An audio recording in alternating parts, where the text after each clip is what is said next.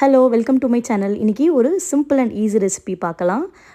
ஜவ்வரிசி சேமியா பால் பாயசம் very very யம்மியாக இருக்கும். ஈஸியாக சட்டுன்னு செஞ்சிடலாம். ஒரு 15 மினிட்ஸில் ஒரு சாஸ் பேனில் சுடு தண்ணி வச்சு நல்லா கொதி வந்த பிறகு நம்ம ஜவ்வரிசி கொஞ்சம் எடுத்து நல்லா வேக விடணும். ஒரு 8 to 10 நிமிஷம் வரைக்கும் ஜவ்வரிசி நல்லா வெந்து இந்த மாதிரி கொதி வரணும்.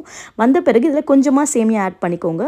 இந்த நீட்டாக இருக்க சேமியா ஆட் பண்ணிங்கன்னா நல்லாயிருக்கும், டேஸ்ட் கொஞ்சம் நல்லாயிருக்கும். ஸோ இதை ஆட் பண்ணி இதையும் நல்லா சேமியா சட்டுன்னு வெந்துடும். இது நல்லா மிக்ஸ் பண்ணிவிட்டு நம்ம காசி வச்சுருக்க பாலை ஆற வச்சு இதில் ஆட் பண்ணணும். மில்க் பார்த்திங்கன்னா நம்ம ஃபேட் மில்க் தான் எடுக்கணும் எப்போயுமே. இந்த ஆரோக்கியா இல்லை ஃபேட் மில்க் எதுவோ ஃபுல் கொலஸ்ட்ரால் மில்க் எடுத்து தான் ஆட் பண்ணி தண்ணி ஊற்றாமல் இதையும் நல்லா மிக்ஸ் பண்ணிடணும். மிக்ஸ் பண்ண பிறகு இது நல்லா மிக்ஸ் ஆன பிறகு இல்லைனா மில்க் மெய்ட்னு இருக்கும், உங்களுக்கு சூப்பர் மார்க்கெட்டில் இருக்கும் மில்க் மெய்ட். இது ஜஸ்ட் வந்து பால் பவுடர் அண்டு இதுதான் இந்த கேக்லாம் செய்ய யூஸ் பண்ணுறது. மில்க் மெய்டு ஒரு 3 டேபிள் ஸ்பூன் ஆட் பண்ணிக்கோங்க.